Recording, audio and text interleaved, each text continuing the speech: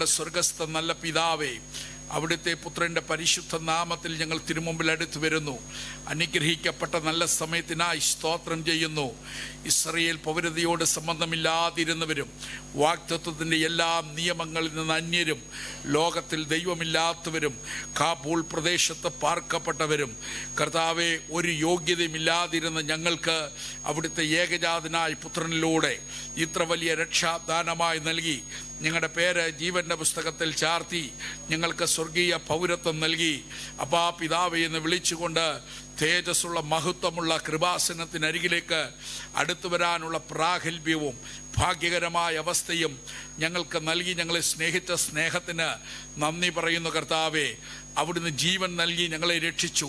ഞങ്ങളെ രക്ഷിച്ച രക്ഷകന് സ്തുതി സ്തോത്ര ഗീതങ്ങൾ പാടാൻ, കർത്താവിനെ മഹത്വപ്പെടുത്താനുള്ള ദൈവകൃപ അങ്ങ് ഞങ്ങൾക്ക് നൽകി ഞങ്ങളെ സഹായിക്കണമേ എന്ന് ദൈവത്തോട് പ്രാർത്ഥിക്കുന്നു. കർത്താവെ, സ്തോത്രഗീതങ്ങൾ അങ്ങേക്കായി പാടാൻ, സ്തുതിഗീതങ്ങൾ അങ്ങേക്കായി പാടാൻ അങ്ങയുടെ പവിത്രമായ വചനത്തിൻ്റെ വാതിൽ അങ്ങ് ഞങ്ങൾക്കായി തുറന്നു നൽകി. അങ്ങയുടെ ആത്മാവ് ഞങ്ങളോട് ഹൃദ്യമായി സംസാരിച്ച് അങ്ങ് ഞങ്ങളെ ആശീർവദിക്കണമേ എന്ന് ദൈവത്തോട് പ്രാർത്ഥിക്കുന്നു. എല്ലാ നിലകളിലും തിരുസാന്നിധ്യം ഞങ്ങളോട് കൂടെ ഇരിക്കണമേ. സ്വർഗത്തിലെ സകലവിധ ആത്മീക അനുഗ്രഹങ്ങളാലും ഭൂമിയിൽ ഞങ്ങൾ കാണുന്ന ഭക്തന്മാരുടെ മേലും അവരുടെ ശിരസിലും ചൊരിഞ്ഞ ആത്മീകവും ഭൗതികവുമായ എല്ലാ നല്ല ദാനങ്ങൾ കൊണ്ടും അങ്ങയുടെ ദാസിദാസന്മാരെ നിറച്ച് കർത്താവ് ആശീർവദിക്കണമേ എന്ന് ദൈവത്തോട് പ്രാർത്ഥിക്കുന്നു. എല്ലാ നിലകളിലും കർത്താവ് ഞങ്ങളെ അനുഗ്രഹിക്കണമേ. കർത്താവെ, അങ്ങ് ചെയ്ത ഉപകാരങ്ങൾ അങ്ങയുടെ സന്നിധിയിൽ വർണ്ണിപ്പാനുള്ള ദൈവകൃപ കർത്താവ് ഞങ്ങൾക്ക് നൽകി തരണമേ. അങ്ങയുടെ വചനം ഞങ്ങൾക്ക് ധാരാളമായി നൽകി തരണമേ. അങ്ങയുടെ വചനത്താൽ ഞങ്ങൾക്ക് ആത്മസന്തോഷമുണ്ടാകുവാൻ, അങ്ങയുടെ വചനത്താൽ ഞങ്ങൾ ശുദ്ധിയുള്ളവരായി മാറുവാൻ, അങ്ങയുടെ വചനത്താൽ ഞങ്ങൾ അനുഗ്രഹിക്കപ്പെടുവാൻ അങ്ങ് സഹായിക്കണമേ എന്ന് ദൈവത്തോട് പ്രാർത്ഥിക്കുന്നു. ഇന്ന് ഈ വിശുദ്ധ സഭായോഗത്തിലേക്ക് കടന്നു വന്നിരിക്കുന്ന അങ്ങയുടെ ദാസിദാസന്മാരെ ആശീർവദിക്കണമേ. കർത്താവെ, ഇന്ന് ഈ സഭായോഗത്തിലേക്ക് പുറപ്പെട്ടിരിക്കുന്ന അങ്ങയുടെ ജനത്തിന് ശുഭയാത്ര നൽകി കർത്താവ് ആശീർവദിക്കണമേ. ഇവിടെ കൂടി വന്നിരിക്കുന്ന അങ്ങയുടെ മക്കൾക്ക് എല്ലാവർക്കും ഹൃദയത്തിന് ധാരാളം ഏകാഗ്രത നൽകി കർത്താവ് ആശീർവദിക്കണമേ എന്ന് ഞങ്ങൾ അങ്ങയോട് പ്രാർത്ഥിക്കുന്നു. എല്ലാ നിലകളിലും ദൈവികാശീർവാദം ഞങ്ങൾ ഒരുപോലെ അനുഭവിക്കേണ്ടതിന് ഏൽപ്പിച്ച് സ്തോത്രം ചെയ്യുകയാണ്. യേശു ക്രിസ്തുവിൻ്റെ നിസ്തുല്യമായ സാന്നിധ്യം ഇന്നിവിടെ ഉള്ളതിനായി സ്തോത്രം. അങ്ങയുടെ പരിശുദ്ധ നാമത്തെ ഉയർത്താൻ കൃപ ഞങ്ങൾക്ക് നൽകി തരണമേ. കർത്താവേ, ഇന്ന് ഗാനങ്ങൾ ആലപിക്കുന്ന കൊയറിനെ ദൈവം ആശീർവദിക്കണമേ. അങ്ങയുടെ കൃപയാൽ അങ്ങയുടെ മക്കളെ ശക്തീകരിക്കണമേ. ചേർന്ന് ദൈവത്തെ പാടി ആരാധിപ്പാൻ കൃപ നൽകി കർത്താവ് സഹായിക്കണമേ എന്ന് ഞങ്ങൾ അങ്ങയോട് പ്രാർത്ഥിക്കുന്നു. കർത്താവേ, പ്രത്യേകാല ഇന്ന് അപ്പം നുറുക്കി കൂട്ടായ്മ ആചരിച്ച് ദൈവത്തെ മഹത്വപ്പെടുത്താനുള്ള ദൈവകൃപ ഞങ്ങൾക്ക് നൽകി അങ്ങ് ഞങ്ങളെ സഹായിക്കണം. തൃക്കരത്തിൽ ഏൽപ്പിക്കുന്നു യേശു ക്രിസ്തുവിൻ്റെ നാമത്തിൽ യാചിക്കുന്നു സ്വർഗീയ നല്ല പിതാവേ, ആമേൻ. ചേർന്ന് സ്തുതി സ്തോത്ര ഗീതങ്ങൾ പാടി കരങ്ങൾ അടിച്ച് നമ്മുടെ കർത്താവിനെ നമുക്ക് മഹത്വപ്പെടുത്താം. കൊയറിനോട് ചേർന്ന് സ്തുതി സ്തോത്ര ഗീതങ്ങൾ പാടി കർത്താവിനെ ആരാധിക്കാമല്ലോ.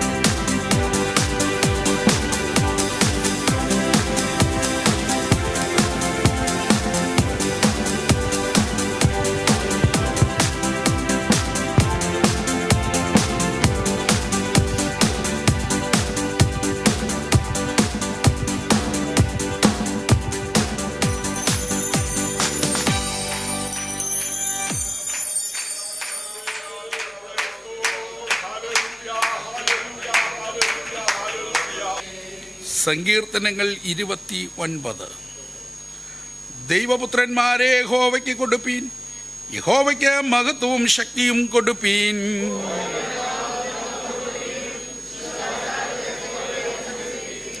യഹോവയുടെ ശബ്ദം വെള്ളത്തിന്മീതെ മുഴങ്ങുന്നു, പെരുവെള്ളത്തിന്മീതെ യഹോവ മഹത്വത്തിന്റെ ദൈവം തന്നെ ഇടിമുഴക്കുന്നു.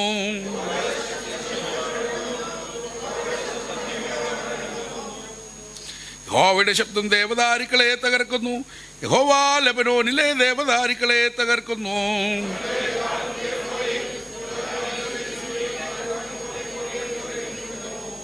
യഹോവയുടെ ശബ്ദം അഗ്നിജ്വാലകളെ ചിഹ്നിക്കുന്നു.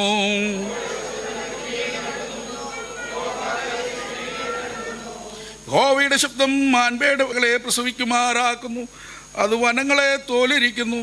അവന്റെ മന്ദിരത്തിൽ സകലവും മഹത്വം എന്ന് ചൊല്ലുന്നു.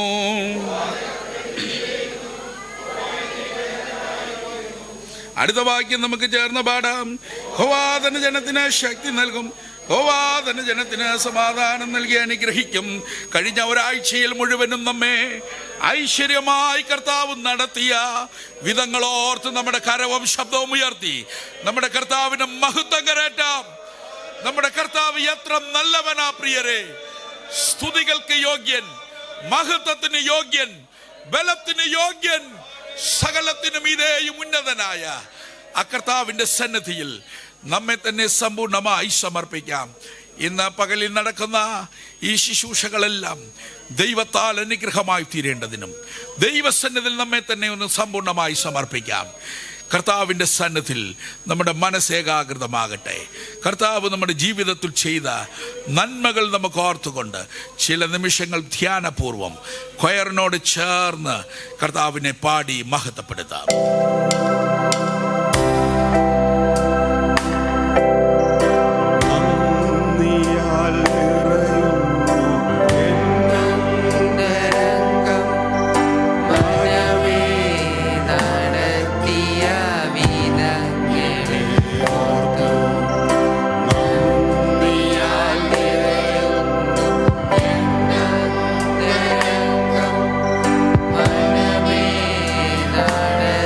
Yeah.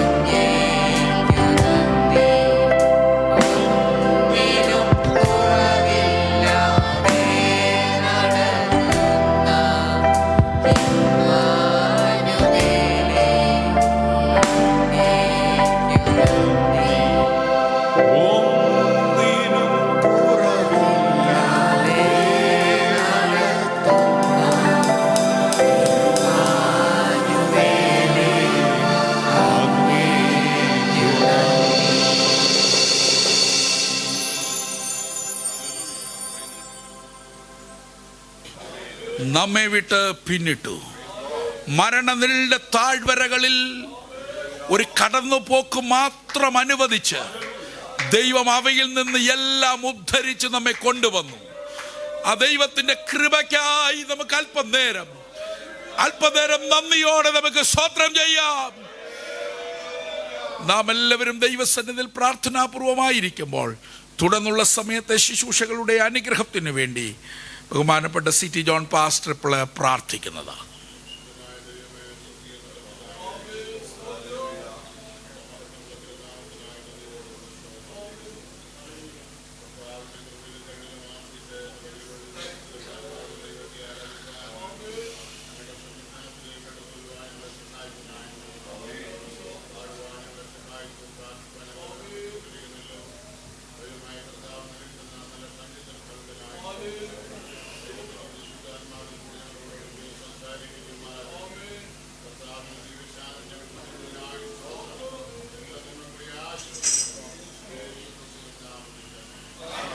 ആമേൻ. കർത്താവ് നമ്മുടെ പ്രാർത്ഥന കേട്ടിരിക്കാൻ നമ്മുടെ കരവും ശബ്ദവും ഉയർത്തി ദൈവത്തിന് മഹത്വം കരേറ്റാം.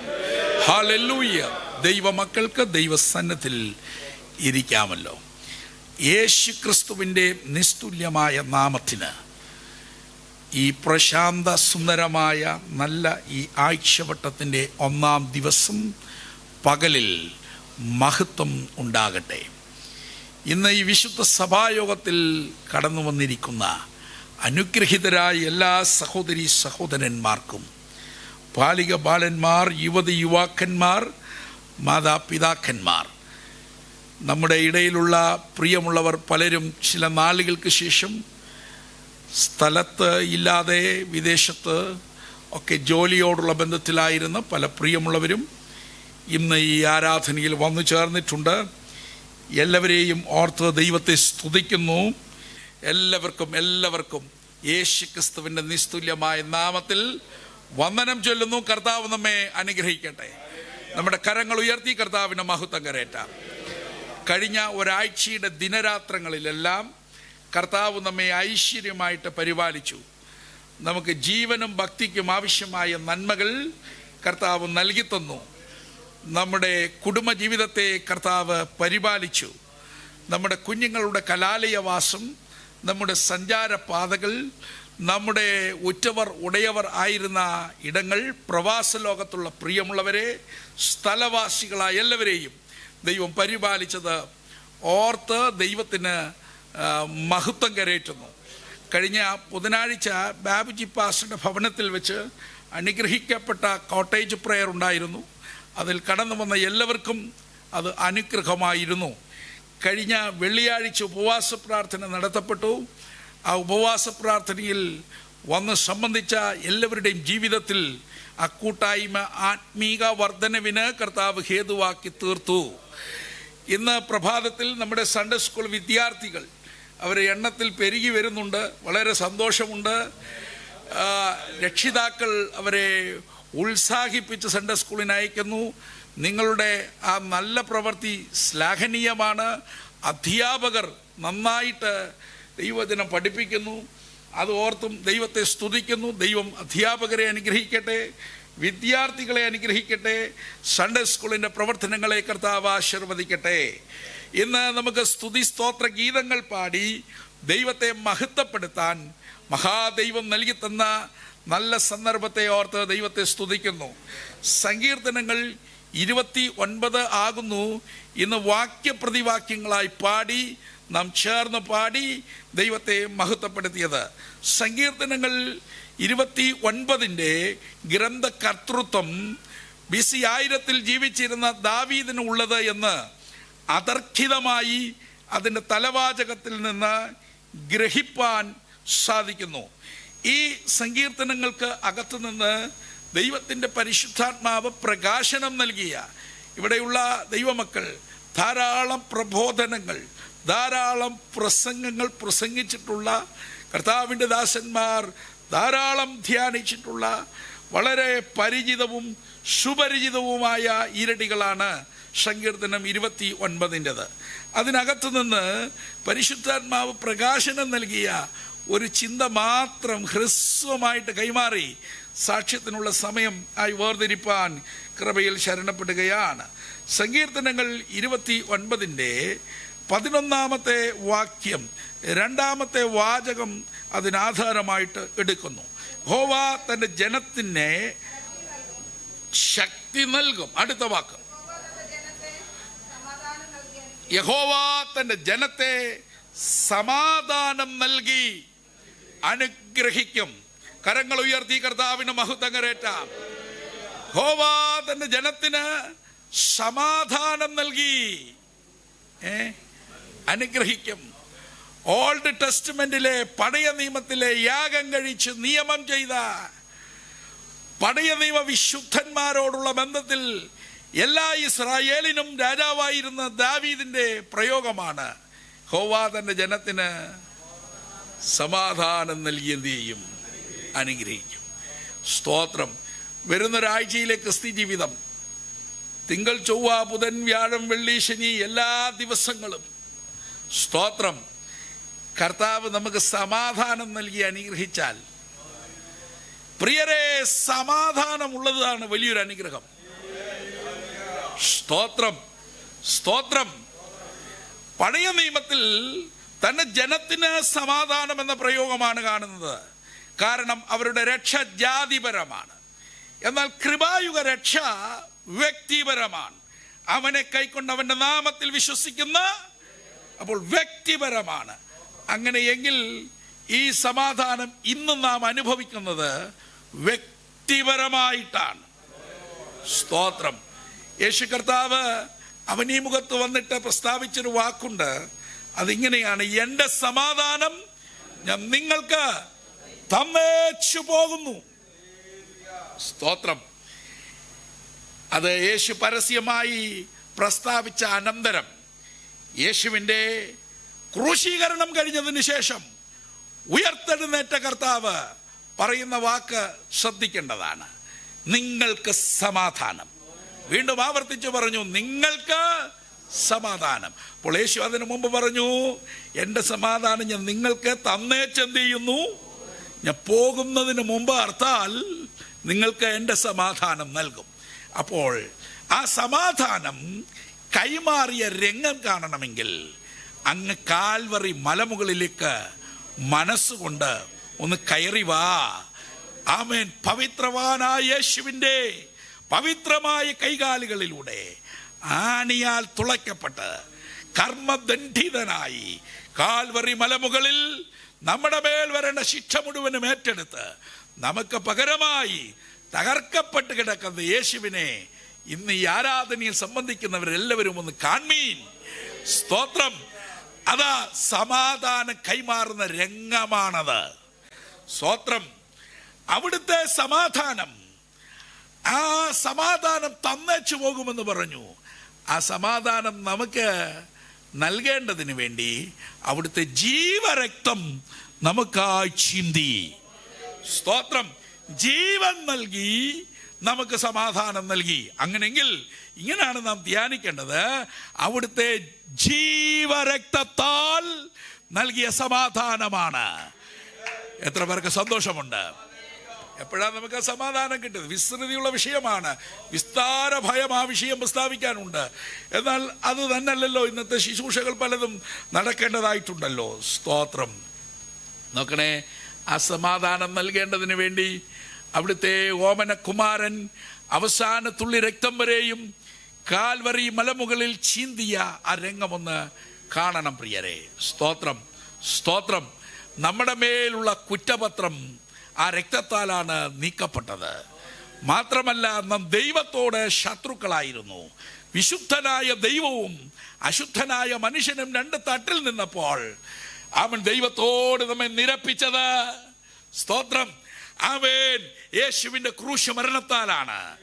അതുകൊണ്ട് പ്രിയമുള്ളവരെ, സ്തോത്രം, ഈ സമാധാനം നമുക്ക് കിട്ടിയത് കൃപയാലാണ്. അവനെ കൈക്കൊണ്ടവന്റെ നാമത്തിൽ വിശ്വസിച്ചപ്പോൾ, ദൈവമക്കളായി തീർന്നപ്പോൾ ഈ സമാധാനം നമ്മുടെ ഉള്ളിൽ വന്നു. സ്തോത്രം, സ്തോത്രം, സ്തോത്രം. എത്ര പേർക്ക് സന്തോഷമുണ്ട്? ക്രിസ്തുവിന്റെ സമാധാനം ഉള്ളിൽ വസിക്കുന്നതിൽ സന്തോഷമുള്ളവരെ ഓർത്ത് ദൈവത്തെ സ്തുതിക്കുന്നു. യേശുവിന്റെ പാപത്തെ മോചിച്ചപ്പോൾ, യേശുവിന്റെ രക്തം എന്റെ പാപകറകളെ കഴുകിയപ്പോൾ, അവൻ സ്തോത്രം എന്നെ നീതീകരിച്ചപ്പോൾ, പാപി രക്ഷിക്കപ്പെടുമ്പോൾ സംഭവിക്കുന്ന 32 കൂട്ടം കാര്യങ്ങളുണ്ട്. അടുക്കിന് റഫറൻസ് ഗീതം ധ്യാനിക്കേണ്ടതാണ്. ഇതെല്ലാം യേശുവിനെ ഹൃദയം കൊണ്ട് വിശ്വസിച്ച് വായ് കൊണ്ട് ഏറ്റുപറഞ്ഞ് രക്ഷിതാവും കർത്താവുമായി സ്വീകരിച്ചപ്പോൾ നമ്മിൽ വന്നു സ്തോത്രം ദൈവത്തോടുള്ള സമാധാനം നമുക്കുണ്ടായി. ആകയാൽ അവിടുന്ന് നമുക്ക് സമാധാനം നൽകി. സ്തോത്രം. ശ്ലീഹാ പൗലോസ് റോമർക്ക് എഴുതിയ ലേഖനത്തിൽ പരാമർശിക്കുന്നൊരു ഭാഗമുണ്ട്.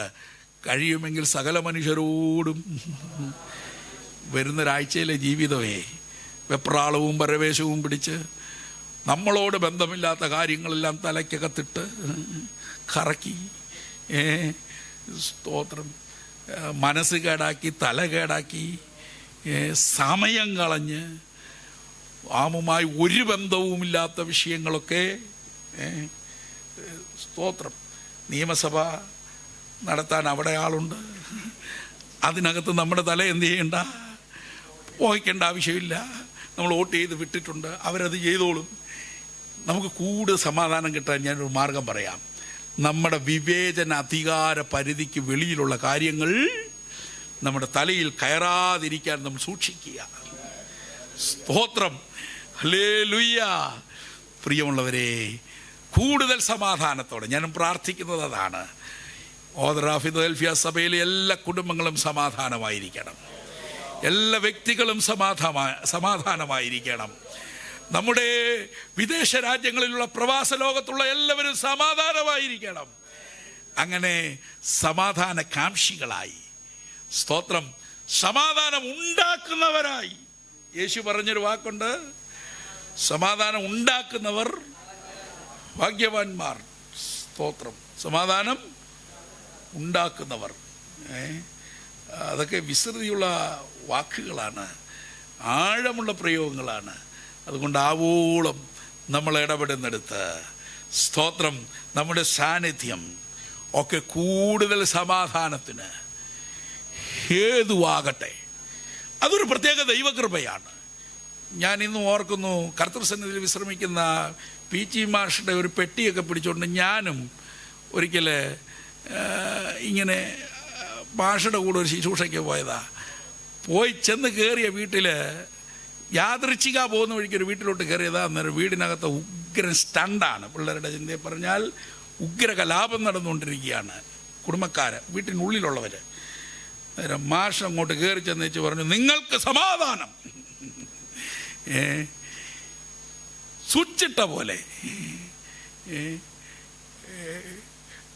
അവിടെ സമാധാനം ഉണ്ടായി. ഞാൻ എൻ്റെ കണ്ണുകൊണ്ട് കണ്ട കാര്യമാണ് ഞാൻ പറഞ്ഞതിൻ്റെ അർത്ഥം.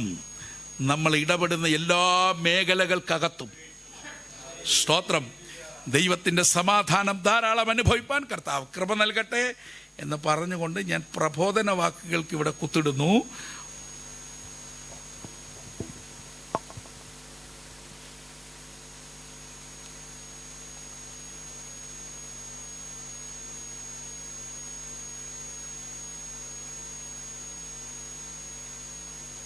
ദൈവമക്കളോട് ചേർന്ന് പ്രത്യേകിച്ച് പാപ്പൻ, കുഞ്ഞുമാമ, സജിത്ത്, ജോസ്റ്റാന മാമ, സഹോദരി സഹോദരന്മാർ, പ്രിയപ്പെട്ടവർ, ഇവിടെ ഉണ്ടായിരുന്ന ഇവിടെ ഉള്ള ദൈവദാസന്മാർ, അവരോടൊക്കെ ചേർന്ന് ദൈവത്തെ സ്തുതിപ്പാൻ കർത്താവ് തന്ന നല്ല സമയത്തിനായിട്ട് ഞാൻ ദൈവത്തെ വാഴ്ത്തുന്നു. ഞാൻ സാധാരണ കഴിഞ്ഞ വർഷങ്ങളിലൊക്കെ മിക്കവാറും എല്ലാ മാസങ്ങളും വന്നുകൊണ്ടിരുന്നു. എന്നാൽ ഈ പ്രാവശ്യം പോയതിനു ശേഷം അതിനുള്ള ഒരു സാവകാശമില്ലായിരുന്നു. ജോലിയുടെ തിരക്ക്, പിന്നെ ഇടയ്ക്ക് യുദ്ധമൊക്കെ വന്നപ്പോൾ ഫ്ലൈറ്റ് കുറച്ച് ഡിസ്റ്റർബ്ഡായി. അങ്ങനെ ഇപ്പോഴാണ് വരാൻ കഴിഞ്ഞത്. ഞങ്ങളെ ഓർത്ത് പ്രാർത്ഥിക്കുന്നതിനൊക്കെ ദൈവമക്കളോട് ഞങ്ങൾ നന്ദിയുള്ളവരാണ്. ഇന്ന് കർത്താവിൻ്റെ ദാസനെ കാണുവാനും ഇടയായല്ലോ. ദൈവം അയച്ചിട്ട് ഒരു മനുഷ്യൻ വന്നു എന്ന് പറയുന്നത് പോലെ ദൈവസഭയ്ക്ക് അനുഗ്രഹവും ആശ്വാസമായിരിക്കാൻ കർത്താവ് ഇടയാക്കട്ടെ എന്ന് ആശംസിക്കുന്നു. എന്നാൽ കർത്താവിൻ്റെ ദാസൻ സങ്കീർത്തനം വായിച്ച്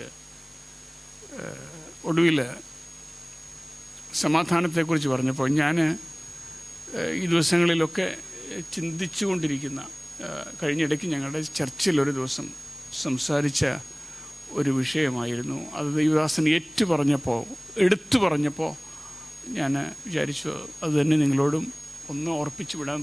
ദൈവദാസൻ പറഞ്ഞതാണ്, സമാധാനം ഉണ്ടാക്കുന്നവർ ഭാഗ്യവാന്മാർ, അവർ ദൈവത്തിൻ്റെ പുത്രന്മാരെന്ന് വിളിക്കപ്പെടും.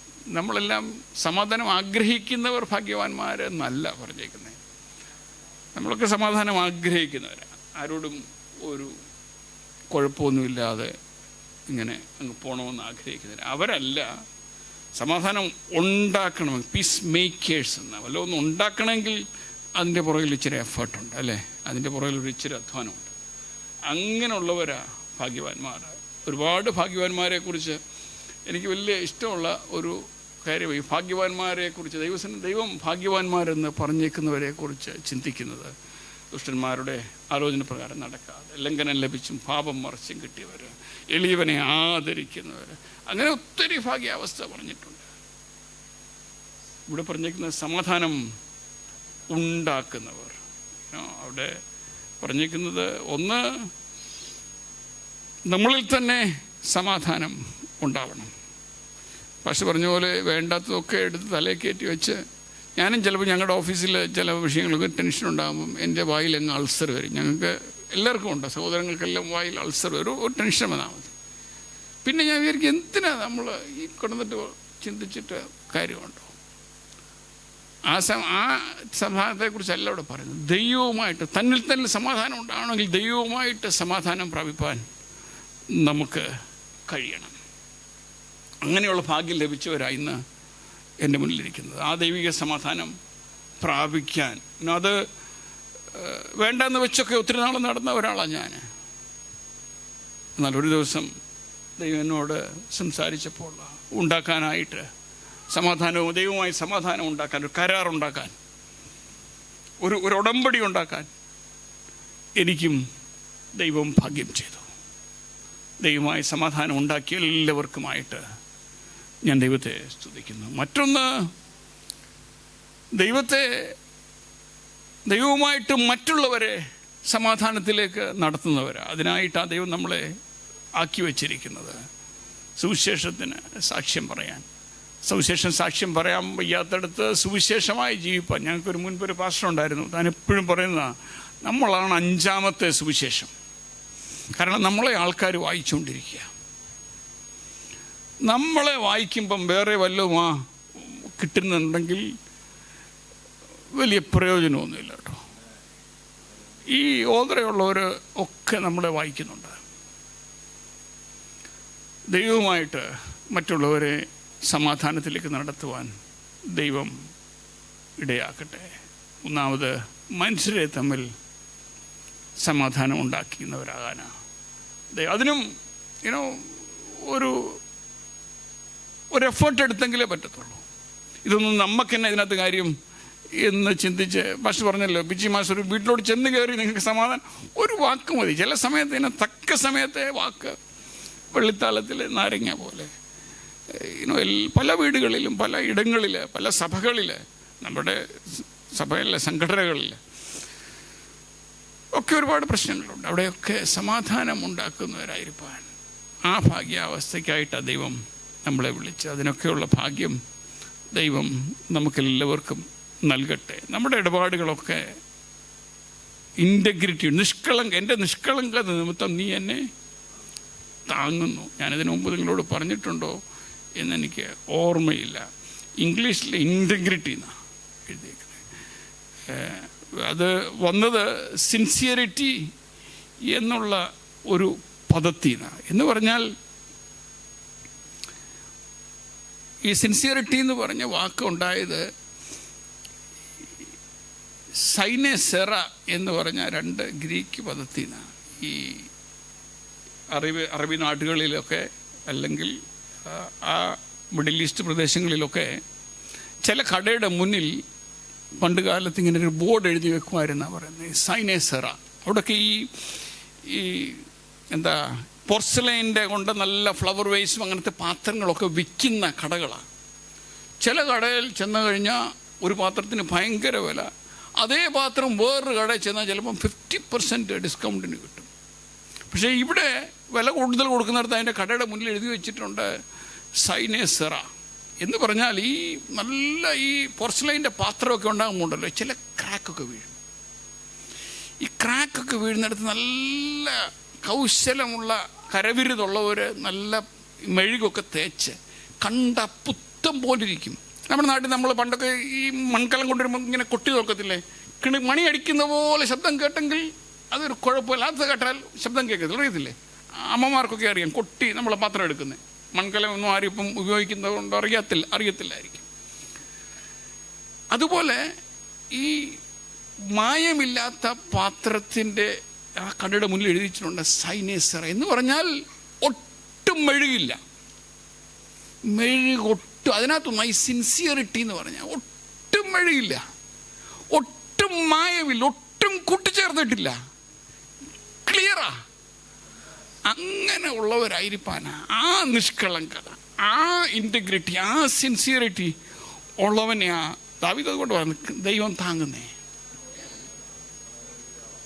സമാധാനം ഉണ്ടാക്കാൻ ശ്രമിക്കുമ്പോഴും യാതൊരു മറ്റ് പരിഗണനകളുമില്ലാതെ യാതൊരു മായവും ചേർക്കാതെ നമ്മുടെ വാക്കുകൾ ഒന്നും ഇല്ല എന്നും ആയിരിക്കാനാ ദൈവം ആഗ്രഹിക്കുന്നത്.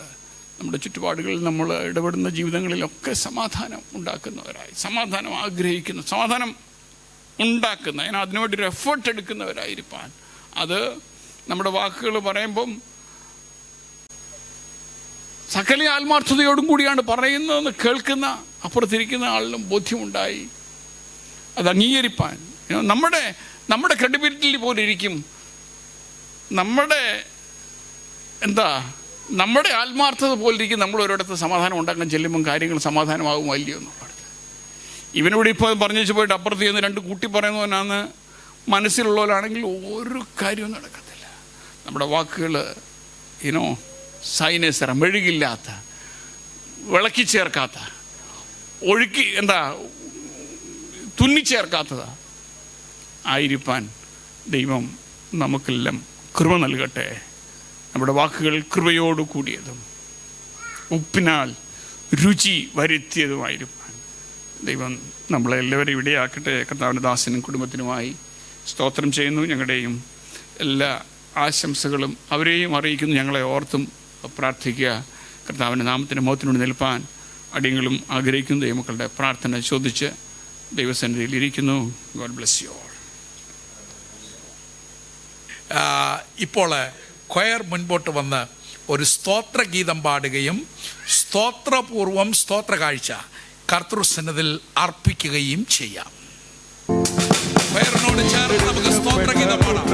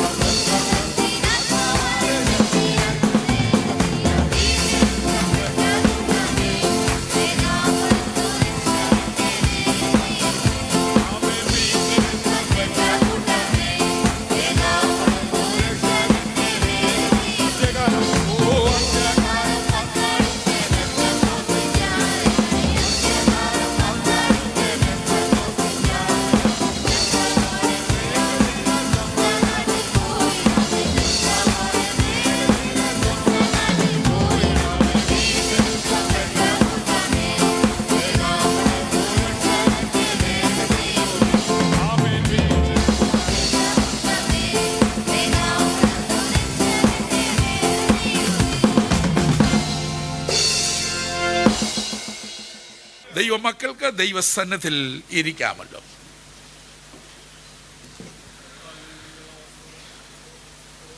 എല്ലാവർക്കും യേശുക്രിസ്തുവിന്റെ നിസ്തുല്യമായ നാമത്തിൽ വന്ദനം ചൊല്ലുന്നു. തുടർന്നുള്ള സമയത്തെ ദൈവവചന ധ്യാനത്തിന് ആധാരമായിരിക്കേണ്ടതിന് ഹഗ്ഗായി പ്രവാചക പുസ്തകം അതിൻ്റെ 2-ാമത്തെ അധ്യായം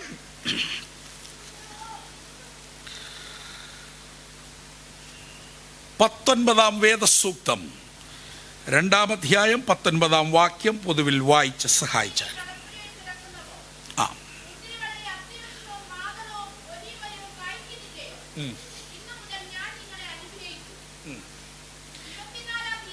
മതി. ഇന്നു മുതൽ ഞാൻ നിങ്ങളെ അനുഗ്രഹിക്കും.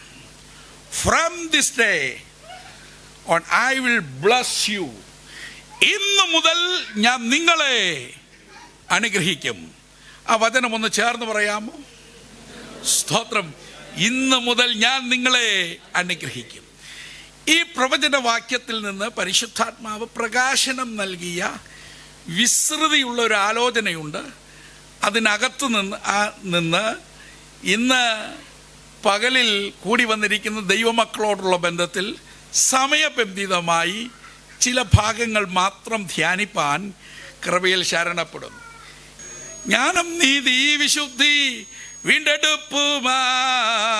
ജ്ഞാനം, നീതി, വിശുദ്ധി, വീണ്ടെടുപ്പുമായി മനുഷ്യവേഷത്തിൽ ഭൂവിൽ വന്നു താൻ. മനുഷ്യവേഷത്തിൽ ഭൂവിൽ വന്നു താൻ. പരിജ്ഞാനദായകൻ, പരലോക പോയവൻ. പരിജ്ഞാനദായകൻ, പരലോക പോയവൻ. സിയോൻ കുമാരി നിൻ കാന്തൻ വേഗം വരുന്നീതാ. സിയോൻ കുമാരി നിൻ കാന്തൻ. പാട്ടത്ര പിടുത്തമില്ലെങ്കിലും ഒന്ന് കരമടിക്കുക. ഏത് പാട്ടിനും നമുക്ക് കൈകൊണ്ടൊപ്പം പിടിക്കാമല്ലോ. ഒന്ന് ചേർന്ന് പാടിയാട്ടെ. ജ്ഞാനം, നീതി, വിശുദ്ധി, വീണ്ടെടുപ്പുമാ. ജ്ഞാനം, നീതി, വിശുദ്ധി, വീണ്ടെടുപ്പുമാ മനുഷ്യവേഷത്തിൽ ഭൂവിൽ വന്നു താൻ. മനുഷ്യവേഷത്തിൽ ഭൂവിൽ വന്നു താൻ. പരിജ്ഞാനദായകൻ, പരലോക പോയവൻ. പരിജ്ഞാനദായകൻ, പരലോക പോയവൻ. സിയോൻ കുമാരി നിൻ കാന്തൻ വേഗം വരുന്നീതാ. സിയോൻ കുമാരി നിൻ കാന്തൻ വേഗം വരുന്നീതാ. വാനമേഘത്തിൽ ദൂതരുമായി. വാനമേഘത്തിൽ ദൂതരുമായി തൻ്റെ കാന്തയെ ചേർക്കുവാൻ വേഗം വരുന്നീതാ. ചേർക്കുവാൻ വേഗം വരുന്നീതാ. ഉണർന്നിടുക നീ, എണ്ണ നിറച്ചുകൊള്ളുക നീ. ഉണർന്നിടുക നീ, എണ്ണ നിറച്ചുകൊള്ളുക നീ. സിയോൻ കുമാരി നിൻ കാന്തൻ വേഗം വരുന്നീതാ. സിയോൻ കുമാരി നിൻ കാന്തൻ വേഗം വരുന്നീതാ. നിർദോഷൻ നിർമ്മലൻ പാപികളോടു. നിർദോഷൻ വേർപെട്ടോ പാരീതിൽ പാർത്തിരുന്നവൻ. വേർപെട്ടോ ദുഷ്ടരെ വീതിപ്പാൻ തൻ ശുദ്ധരുമായി. ദുഷ്ടരെ വീതിപ്പാൻ തൻ ശുദ്ധരുമായി. സിയോൻ കുമാരി നിൻ കാന്തൻ വേഗം വരുന്നീതാ. സിയോൻ കുമാരി നിൻ കാന്തൻ വേഗം വരുന്നീതാ. രാജാധിരാജാവായി വരുന്നു താൻ.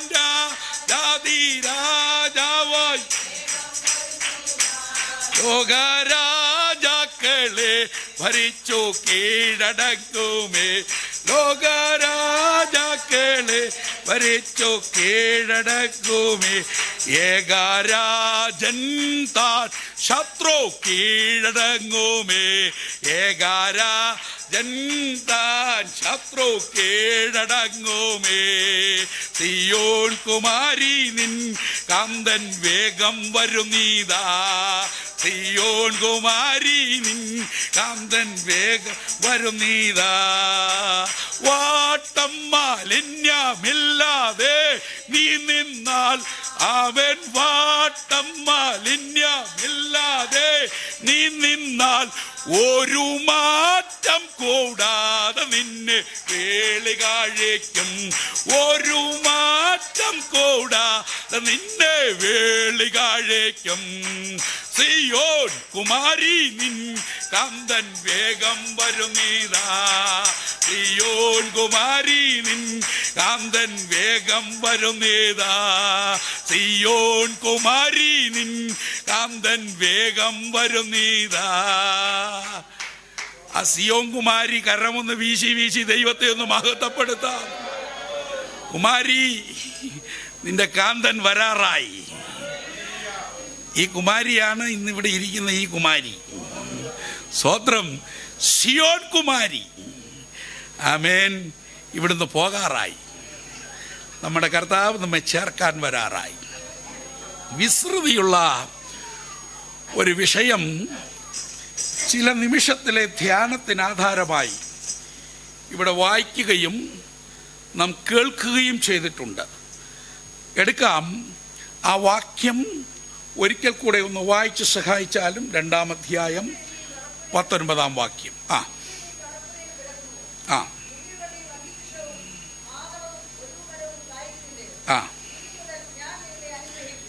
ഇന്നു മുതൽ ഞാൻ നിങ്ങളെ അനുഗ്രഹിക്കും.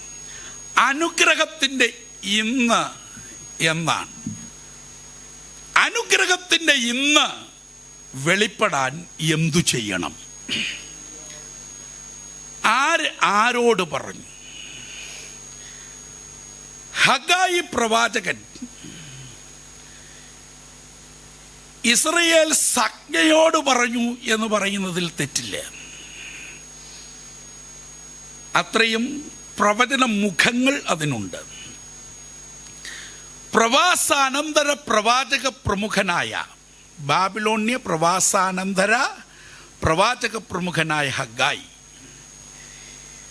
പ്രവചനാത്മാവിൽ പ്രവചിച്ചൊരു ഭാഗമാണ് ഇവിടെ വായിച്ചതും നാം കേട്ടതും. ഹഗായി, സക്കരിയ എന്നീ പ്രവചന പുസ്തകങ്ങളുടെ ചരിത്രഭാഗം മനസ്സിലാക്കണമെങ്കിൽ യസ്രയുടെ പുസ്തകം അല്പം ധ്യാനിച്ചെങ്കിൽ മാത്രമേ അത് മനസ്സിലാകുകയുള്ളൂ. ചരിത്രം അതുമായി പിണഞ്ഞു കിടക്കുകയാണ്. അങ്ങനെ വളരെ ആഴമായ ഒരു സന്ദേശം. എന്നാണ് അനുഗ്രഹത്തിൻ്റെ ഇന്ന്? അത് മനസ്സിലാക്കാൻ ഹഗായി പ്രവചനം 1-ാം അധ്യായം 1-ാം വാക്യവും 2-ാം വാക്യവും ദൈവമക്കളിൽ ഒരാൾ വായിച്ചാൽ.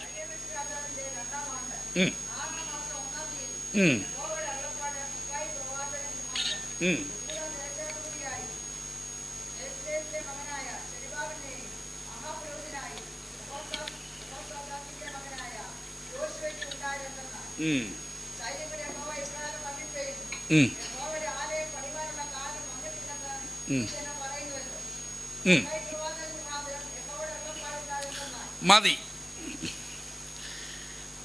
ബാബിലോണിലേക്ക് 2 ഗോത്രമടങ്ങിയ രാഷ്ട്രം BC 606 യെരുശലേം ദേവാലയം വാടകോരപ്പെടുന്നു.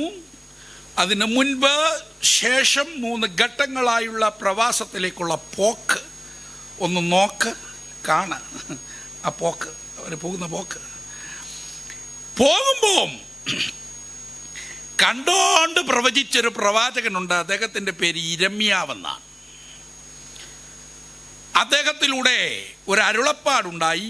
70 കൊല്ലം കഴിയുമ്പോൾ ഈ പോയ കുഞ്ഞുങ്ങൾ പോയ പോലെ എന്ത് ചെയ്യും? തിരികെ വരും. സ്തോത്രം. സാധാരണ ജനത്തിൻ്റെ ഇടയ്ക്ക് യെഹെസ്കേൽ പണിയൊക്കെ പോയല്ലോ. പുരോഹിത വൃന്ദത്തിൽപ്പെട്ട ആളാണ് അദ്ദേഹം. ഇപ്പോൾ പുതിയ ശുശ്രൂഷ, ആഴമായ പ്രവചനം, അത് മറ്റ് വിസ്തൃതിയുള്ളൊരു ഭാഗമാണ്.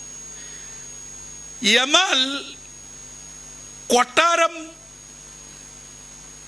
രാഷ്ട്രത്തിൻ്റെ നേതൃത്വം, അവരുടെ കണ്ണെ നോക്കി കാര്യം പറയാൻ ആർജവമുള്ള ദാനിയേൽ. അങ്ങനെ ഷോമാനായിട്ടൊന്നും ദാനിയേൽ ഇല്ലെങ്കിലും വിഷയത്തിൻ്റെ പുറത്ത് കാര്യം പറയാനുള്ള, നമ്മുടെ ഭാഷയിൽ പറഞ്ഞാൽ ആംബിയർ ഉണ്ട്. ആർക്ക്? സ്തോത്രം.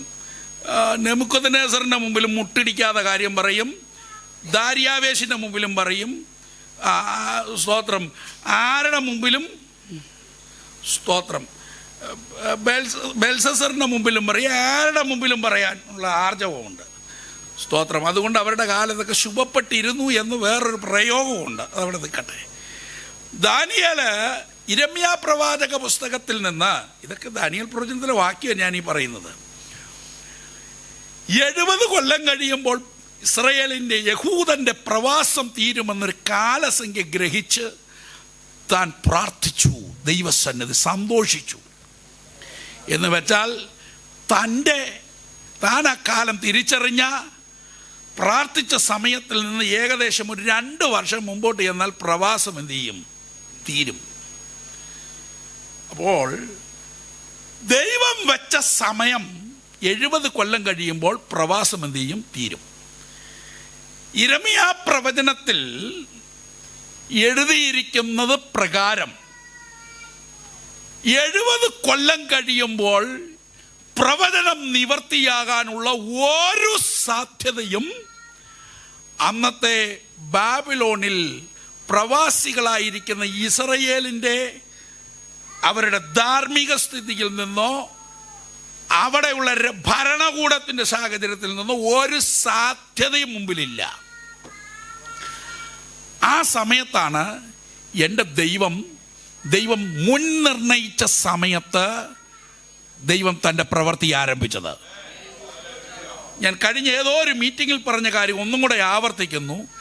ദൈവത്തിൻ്റെ സ്ഥിരനിർണയത്തിലുള്ള, ദൈവത്തിൻ്റെ മുൻനിർണയത്തിലുള്ള കാര്യം നമ്മൾ സ്വോത്രം പറഞ്ഞാലും പറഞ്ഞില്ലെങ്കിലും ദൈവത്തിൻ്റെ സമയത്ത് ചെയ്യും. സ്തോത്രം. എത്ര പേർക്ക് ഉറപ്പുണ്ട്?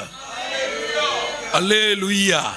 അങ്ങനെ പെട്ടിരിക്കുന്ന പല കാര്യങ്ങളുണ്ട്. കർത്താവിൻ്റെ വരവ്, സ്തോത്രം.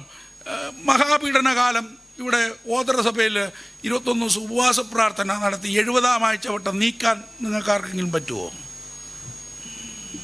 ഇവിടെ ആരും ഇല്ലയോ? 21 ദിവസത്തെ യോഗം നടത്തി മഹാപീഡനകാലം ഒന്ന് നീക്കാൻ പറ്റുമോ? അത് സ്ഥിരനിർണയത്തിലുള്ളതാ. യാക്കോബിന്റെ ഘട്ടകാലം, സഹസ്രാബ്ദകാലം, 1000 കൊല്ലം കൂടെ നമുക്ക് ഉപവാസ പ്രാർത്ഥന നടത്തി നീട്ടാൻ പറ്റുമോ? 2000 ആക്കാൻ പറ്റുമോ? അതൊക്കെ സ്ഥിരനിർണയത്തിലുള്ളതാണ്. സ്തോത്രം, സ്തോത്രം. ദൈവത്തിൻ്റെ സമയത്ത് ദൈവം നിശ്ചയിച്ച കാര്യം ആര് ഉണർന്നാലും ഉണർന്നില്ലെങ്കിലും ദൈവത്തിന് ചെയ്യാൻ പറ്റും.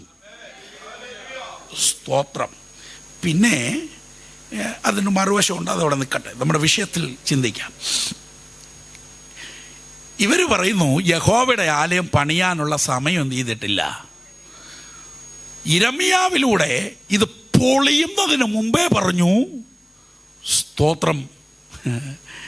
ആമേൻ. 70 കൊല്ലം കഴിയുമ്പോൾ എന്ത് ചെയ്യും? മടങ്ങി വരുമെന്നും പണിയുമെന്നുമുള്ളൊക്കെ സൂചന കിടക്കുക. അപ്പോൾ ദൈവം പറഞ്ഞു സമയമായി.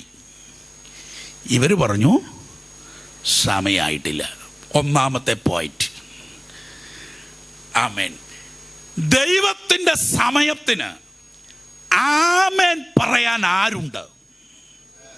സ്തോത്രം. അന്ന് നിന്റെ അനുഗ്രഹത്തിൻ്റെ ഇന്ന് ആക്കി മാറ്റാൻ എൻ്റെ ദൈവം ശക്തനാണ്. തിരിച്ചറിയുന്ന ദൈവമക്കൾ ദൈവത്തെ ഒന്ന് സ്തുതിച്ച് മഹത്വപ്പെടുത്താം. ഹല്ലേലൂയ, ആമേൻ. ഒന്ന്, ദൈവത്തിന്റെ സമയത്തെ എന്ത് ചെയ്യുക? അംഗീകരിക്കുക. ആമേൻ. ദൈവത്തിന്റെ സമയത്ത്.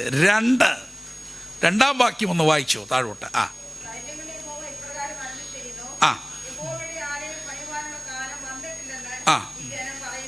ഈ ജനം എന്ത് ചെയ്യാണ്? ജനം പറയുന്നു.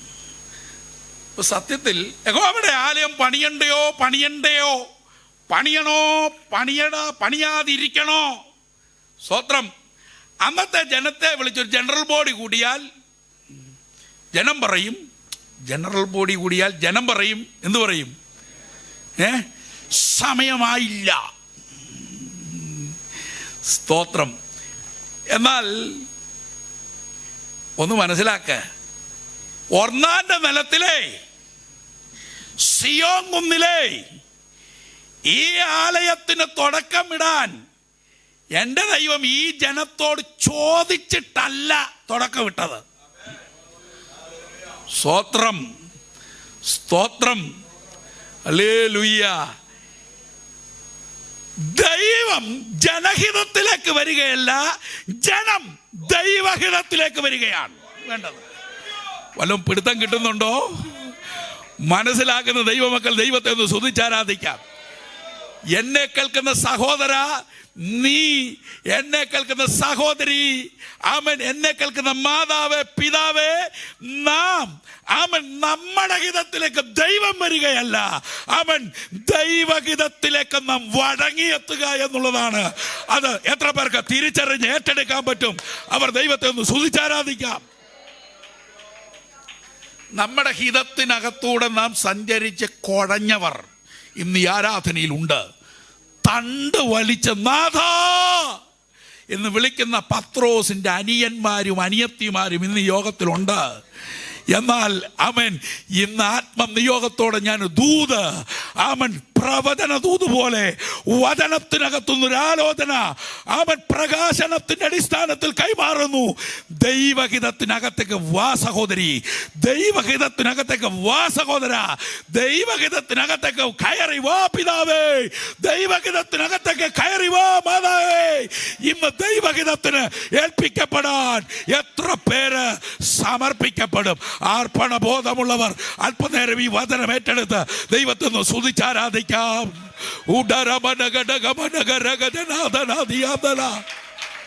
ദൈവഗീതത്തിന് വഴങ്ങി കരമടിച്ച് ദൈവത്തെ ആരാധിക്കാം. ദൈവഗീതത്തിന് വഴങ്ങി ദൈവഗീതത്തിന് വിധേയരായി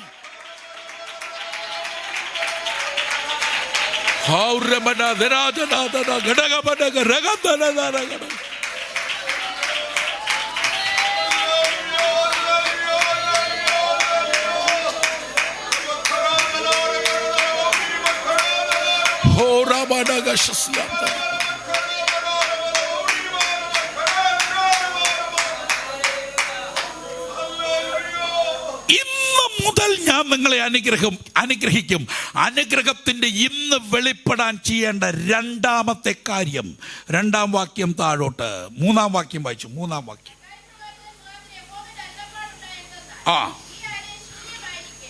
ഈ ആലയം ശൂന്യം ആയിരിക്കെ മതി.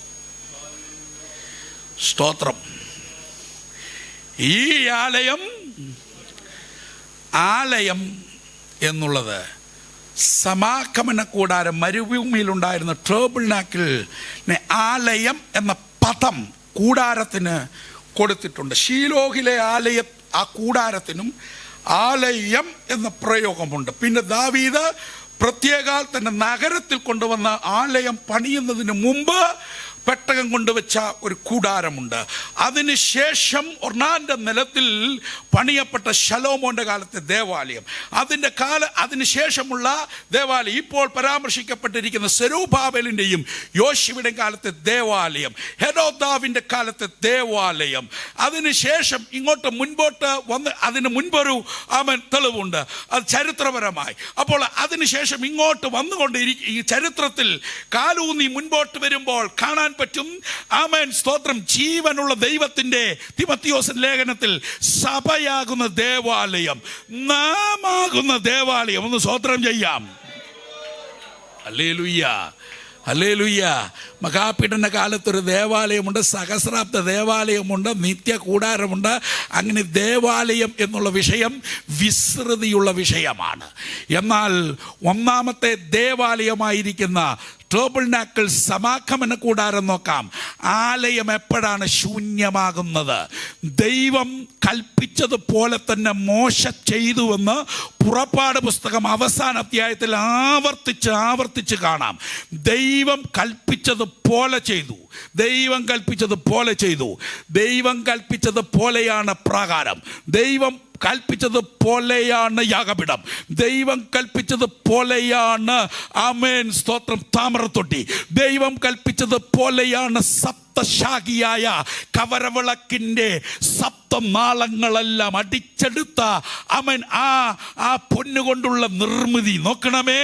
അവിടെയുള്ള കാഴ്ചയപ്പത്തിൻ്റെ മേശ, അത് ദൈവം കൽപ്പിച്ചതുപോലെ തന്നെയാണ്. കഴുത്തറത്ത കാളയുടെ കടുകഷണങ്ങൾ കത്തിയെരിയുന്ന യാഗവേദികൾ കൊണ്ടും, കടുത്തറക്കാനുള്ള കാളയുടെ മുഖറകൾ കൊണ്ടും, കടുത്തറത്ത കാളയുടെ ആമൻ കടുനിണങ്ങൾ പുരണ്ട കത്തികൾ കൊണ്ടുമൊക്കെ മുഖരിതമായി നിൽക്കുന്ന യാഗപീഠ അന്തരീക്ഷം ഭക്തിയില്ലാത്ത ഏതൊരുത്തൻ്റെയും ഹൃത്തടത്തിന് ഉൾത്തടത്തിൽ ഭക്തി ജനിക്കുമാറുള്ള അന്തരീക്ഷം. ഒന്ന് കാൺമീൻ പ്രിയരെ, പഴയ നിയമത്തിലെ യാഗപീഠം, ധൂപപീഠം, ആമൻ, സ്തോത്രം, സപ്തശാഖിയായ കവരവിളക്ക്, ആ വിശുദ്ധ സ്ഥലം, ഇനി അതിനപ്പുറത്ത് അതിപരിശുദ്ധ സ്ഥലം. സ്തോത്രം. ഇതിനകത്ത് യാഗപീഠത്തിൽ യാഗം നടക്കാതിരുന്നാൽ, ഉയരത്തിലെ തീയുടെ ജ്വലനം അവിടെ ഇല്ലാതെ ഇരുന്നാൽ, ആമേൻ, കാഴ്ചയപ്പത്തിൻ്റെ മേശ വെക്കേണ്ട മേശപ്പുറത്ത് അപ്പം ഇല്ലാതിരുന്നാൽ, താമരത്തൊട്ടിയിൽ വെള്ളം, ആ വെള്ളമാണ് ശുദ്ധീകരണത്തിനുള്ള വെള്ളം. ആ വെള്ളമാണ്, ഇതിൻ്റെ പൊരുളാണ് ഇന്ന് ഇവിടെ കർത്താവ് നൽകിക്കൊണ്ടിരിക്കുന്നത്. ആമൻ, വചനത്താലുള്ള ശുദ്ധീകരണം. കരമുയർത്തി ദൈവത്തിനൊന്ന് മഹത്വം കരേറ്റാം. ഹല്ലേലൂയ.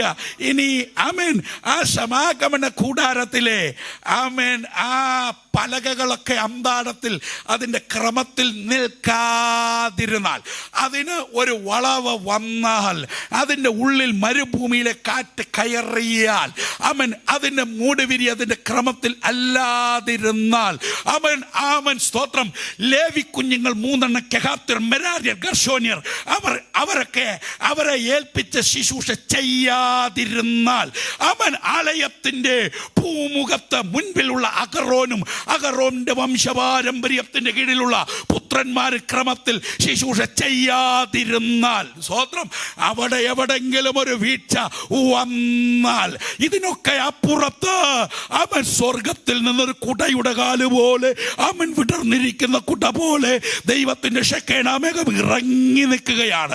ദൈവ സാന്നിധ്യം അവിടെ ഇല്ലാതിരുന്നാൽ, സ്തോത്രം, ആലയം ശൂന്യമാണ്.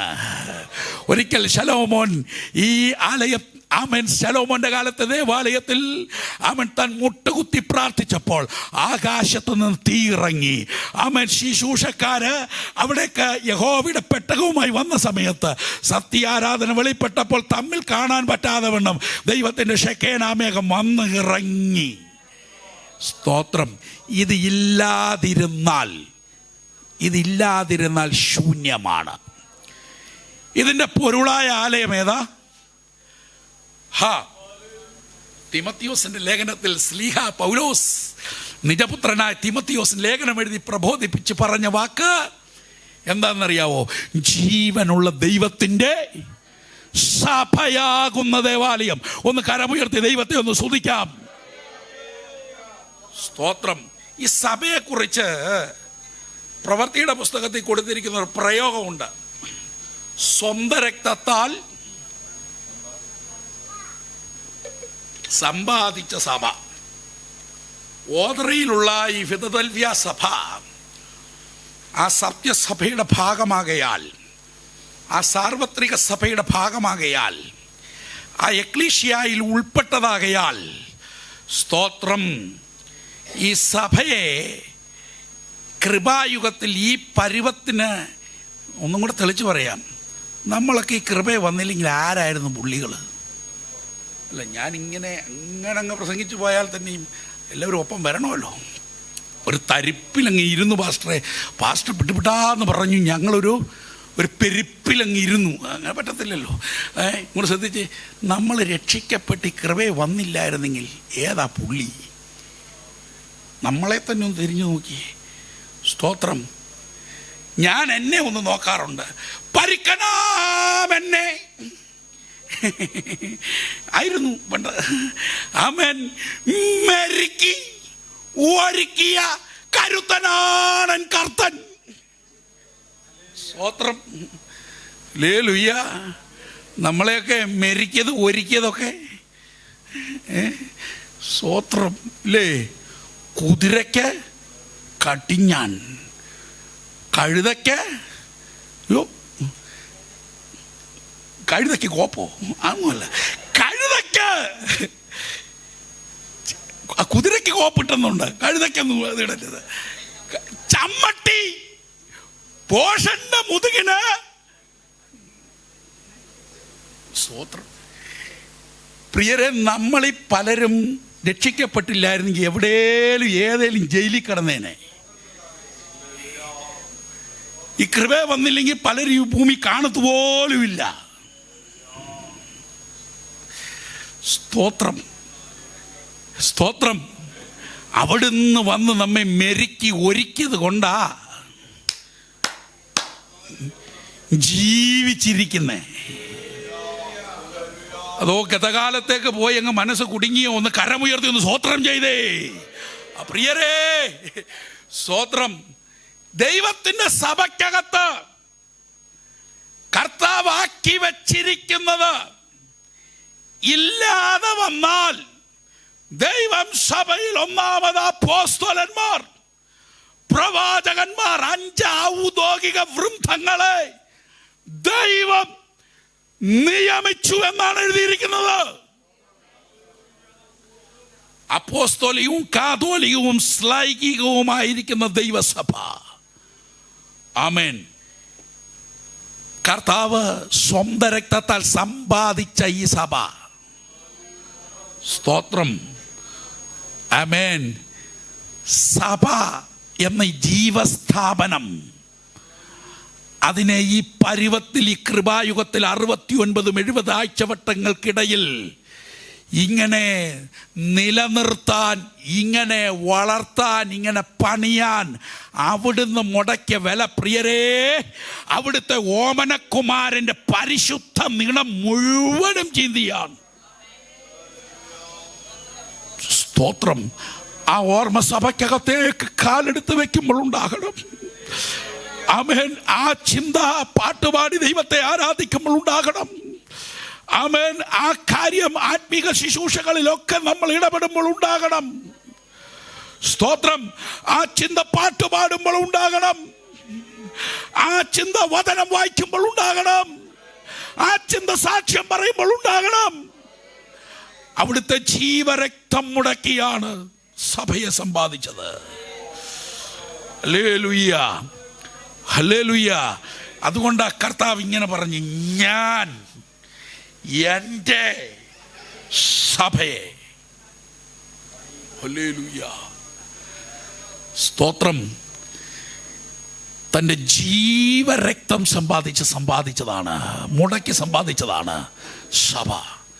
അപ്പോൾ രണ്ടാമത്തെ ചിന്ത, പോയിന്റ്, ഇന്ന് മുതൽ ഞാൻ നിങ്ങളെ അനുഗ്രഹിക്കപ്പെടാൻ. 1, ദൈവത്തിൻ്റെ സമയത്തെ അംഗീകരിക്കണം. അന്ന് മുതൽ കർത്താവ് അനുഗ്രഹിക്കും. 2, സ്തോത്രം. ആമേൻ. ഈ കൃപായുഗത്തിൽ ദൈവത്തിൻ്റെ ജീവസ്ഥാപനമായിരിക്കുന്ന ആലയം ദൈവസഭ. 2, നാമാകുന്ന ആലയം. Hallelujah, hallelujah, hallelujah. അവിടെ ഇടിച്ചെടുത്ത ഒലിവെണ്ണയുടെ ജ്വലനമുണ്ടോ? അവിടെ അവൻ ഉയരത്തിനിറങ്ങി വന്ന ആ സ്വർഗീയ അഗ്നിയുടെ ജ്വലനമുണ്ടോ? അവിടെ ക്രമത്തിലാണോ കാര്യങ്ങൾ? ഇന്നു മുതൽ ഞാൻ നിങ്ങളെ അനുഗ്രഹിക്കും. ഹല്ലേലൂയ. ആലയത്തിൻ്റെ ശൂന്യത മാറ്റേണ്ടത് ദൈവമല്ല. ആലയത്തിൻ്റെ ശൂന്യത മാറ്റേണ്ടത് അവൻ മടങ്ങി വന്നിരിക്കുന്ന യഹൂദ വംശമേ നിങ്ങളാണ്. സ്വോത്രം സ്വോത്രം സ്വോത്രം സ്വോത്രം. അവൻ നിങ്ങൾ അതിനു വേണ്ടി ഒരുമിച്ച് നിന്നാൽ അന്ന് മുതൽ കർത്താവ് അവരെ അനുഗ്രഹിക്കുമെന്ന്. അതിന് ഒരുമിച്ച് നിന്ന സമയത്ത് വൈരിയുടെ എതിർപ്പുകൾ ഉണ്ടെങ്കിലും ദാവീദിന്റെ ചട്ടപ്രകാരം എസ്രയുടെ പുസ്തകത്തിൽ കാണാം, അവർ ഒന്നിച്ച് പാടി ദൈവത്തെ മഹത്വപ്പെടുത്തി. പഴയ ആലയം കണ്ടിട്ടുള്ളവർ കണ്ണുനീരോടുകൂടെയും ആമേൻ പുതിയ ആലയത്തിൻ്റെ ആ പണി പുതിയതായി കാണുന്നവരൊക്കെ സന്തോഷത്തോടു കൂടെയും, അങ്ങനെ കരച്ചിലും സന്തോഷവും കൂടെ മിശ്രിതമായ ഒരു ശബ്ദം, അത് ബഹുദൂരം വൈരികൾ പോലും കേൾക്കത്തക്ക രീതിയിൽ അവരുടെ സ്വരം ഉയർന്നു. അത് കൃത്രിമമായി ഉണ്ടാക്കിയ സ്വരമല്ല. ഒന്നും കൂടെ പറയാം, സ്തോത്രം. പഴയ പെന്തക്കോസ്തുകാർ ഒരുമിച്ച് കൂടുമ്പോൾ അവരുടെ കയ്യടിക്കും പാട്ടിനും ആത്മാവിലുള്ള ആരാധനയ്ക്കൊക്കെ ദൂരേന്ന് കേൾക്കുമ്പോൾ ഭംഗിയില്ലാത്തൊരു സ്വരം ഉണ്ടായിരുന്നു. ദൂരേന്ന് കേൾക്കും നിലവിളി പോലെയോ, ദൂരേന്ന് കേൾക്കുമ്പോൾ കൂകുന്നത് പോലെയോ, അവൻ ദൂരേന്ന് കേൾക്കുമ്പോൾ അത്ര തൃപ്തിയല്ലാത്ത കർണരസമല്ലാത്ത ഒരു സ്വരമുണ്ടായിരുന്നു. ആ സ്വരമൊന്നും അവർ സ്വയത്തീന്ന് അങ്ങനെ ഇത്രയും, എൻ്റെ ശബ്ദം ഉണ്ടല്ലോ, ഈ മൈക്കിൻ്റെ ശബ്ദം, അത് എത്രയും കൂട്ടണമെന്നും അത് എന്തൊക്കെ കുറയ്ക്കണമെന്നും പുറകിലിരിക്കുന്ന സംവിധാനം ഉപയോഗിച്ച് പറ്റും. എന്നാൽ പഴയ പെന്തക്കോസ്തിൻ്റെ ആരാധനയുടെ വോളിയം കൂടിയതൊന്നും അവൻ സ്വയത്തീന്ന് കൂടിയതല്ല. ഹല്ലേലൂയ. അത് തിരിച്ചറിയുന്ന ദൈവമക്കൾ ദൈവത്തെ ഒന്ന് സ്തുതിച്ച് മഹത്വപ്പെടുത്താം. അങ്ങനെയെങ്കിൽ സ്തോത്രം, സത്യാരാധന ഹൃത്തടത്തിന് ഉൾത്തടത്തിൽ, സത്യാരാധന വ്യക്തിക്ക് ഉള്ളിൽ നിന്ന് ആമൻ ഉള്ളിൽ നിന്ന് ആത്മാർത്ഥമായുള്ള ആരാധന ഹൃദയത്തിന്റെ അടിത്തട്ടിൽ നിന്ന്, ഹൃദയത്തിന്റെ ആഴത്തിൽ നിന്ന് ആമൻ ഏത് വ്യക്തിയിൽ ഉയരും. അന്ന് മുതൽ നിന്റെ സ്ഥിതി മാറുമെന്നാണ് ഈ വചനത്തിന്റെ ആലോചന.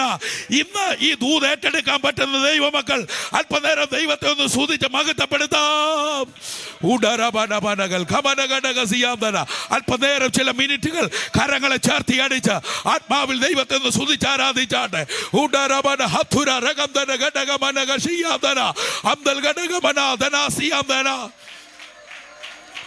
ഇന്നു മുതൽ ഞാൻ നിങ്ങളെ അനുഗ്രഹിക്കും. ഇന്നു മുതൽ ഞാൻ നിങ്ങളെ അനുഗ്രഹിക്കും. അനുഗ്രഹത്തിന്റെ ഇന്ന് തിരുത്തുന്ന വ്യക്തികളിൽ, മടങ്ങി വരുന്ന വ്യക്തികളിൽ, ഒരുക്കപ്പെടുന്നവരിൽ,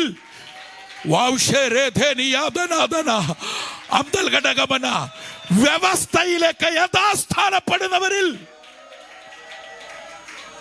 അനുഗ്രഹത്തിന്റെ ഇന്ന് വെളിപ്പെടുത്താൻ കരുത്തനായി നമ്മുടെ കർത്താവുണ്ട്. നമ്മുടെ കണ്ണുകൾ ദൈവസന്നിധിയിൽ അടയ്ക്കാം.